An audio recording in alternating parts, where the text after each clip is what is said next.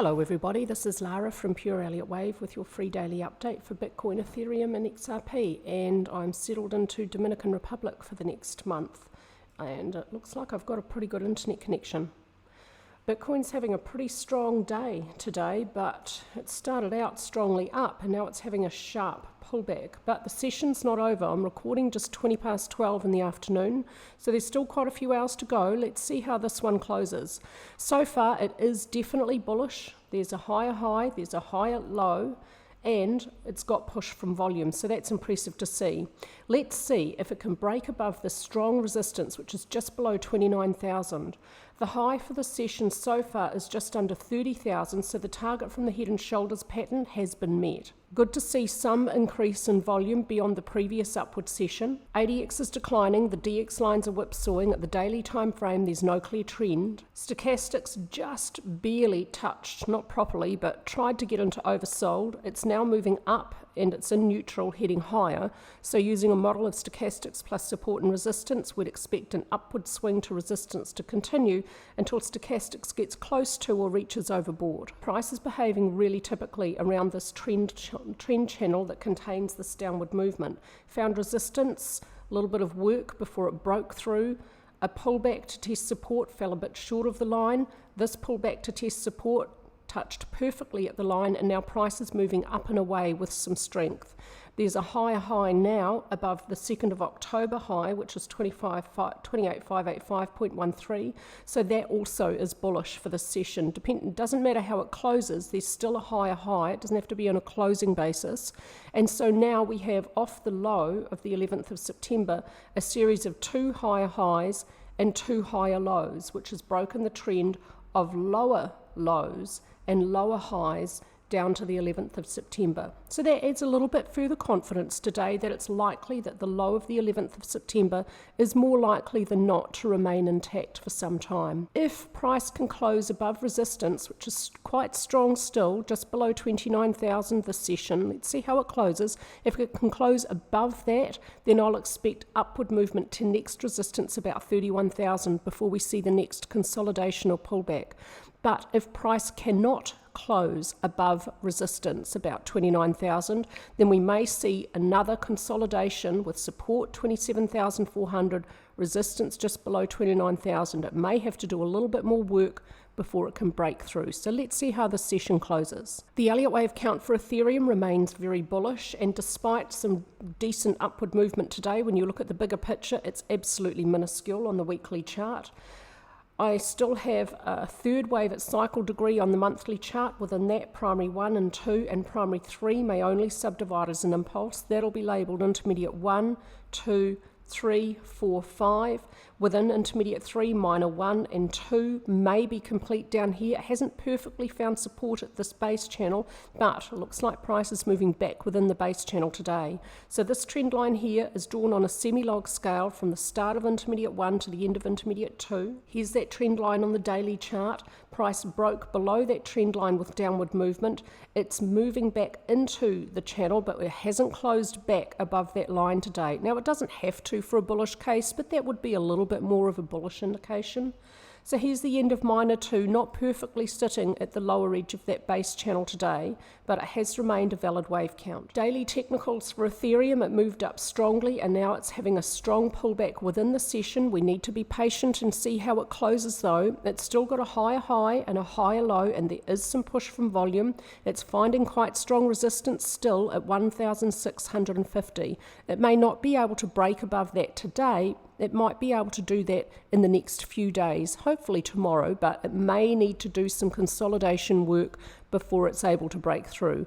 I'd look now for support to continue for Ethereum about 1550. At this low of the 12th of October, there is now triple bullish divergence between price and RSI on a closing basis. We're now seeing some strength in upward movement and increase in range today and some push from volume. We need to be patient and see how the session closes though. So far at 12:30 in the afternoon, it's got a bearish upper wick, but there's still a few hours to go. ADX is telling us for Ethereum that there's a downward trend. This is a lagging indicator. It's based on a 14-day average here.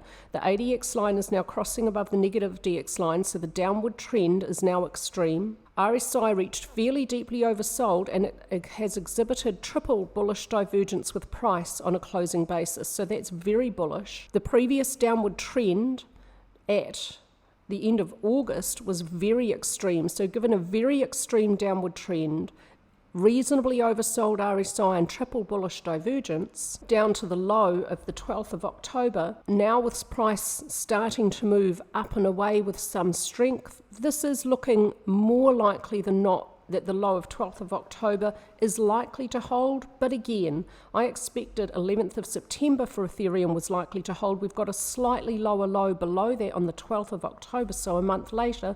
It's also possible we could see a bounce and we could see a lower low and quadruple bullish divergence before a low is finally found.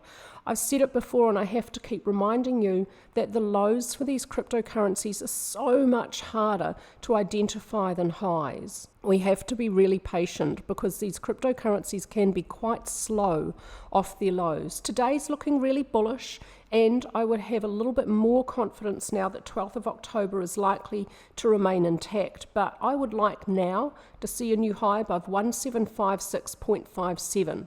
That for Ethereum would break the series of lower lows and lower highs.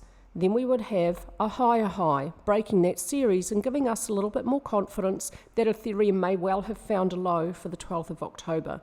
Along the way up, there is resistance. It's hitting resistance today at 1650. If it can close above that today, then next resistance at 1716. For XRP, the wave count's essentially the same, a little bit different. Still seeing a cycle degree third wave unfolding as an impulse with primary 1 and 2 and 3 in its early stages, may only unfold as an impulse. Intermediate 1, a leading expanding diagonal. Intermediate 2 looks likely to be over here. It doesn't have to be, could move lower. If it's over here, it's not still within the normal depth for a second wave correction for a cryptocurrency. The low here was 0.5198. And a normal depth would be between 0.40954 and 0.34447, an 80 to 90% correction of intermediate wave 1.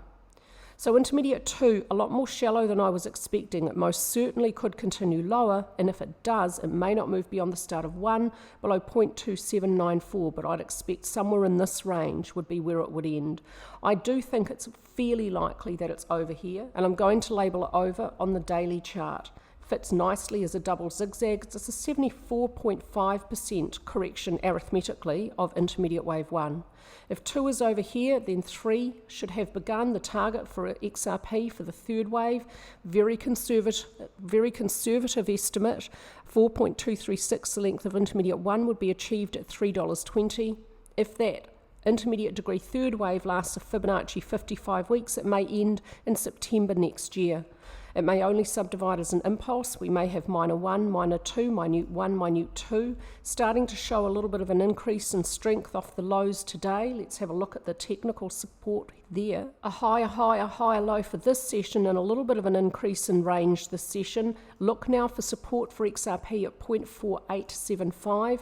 If it can get up there, and it's still got a ways to go, it's going to again probably find strong resistance at 55 cents. We may see a little consolidation or pullback there before it can finally break through. If it can close above 55 cents in coming days, then I'd expect a pullback to test support before it moves up to next resistance.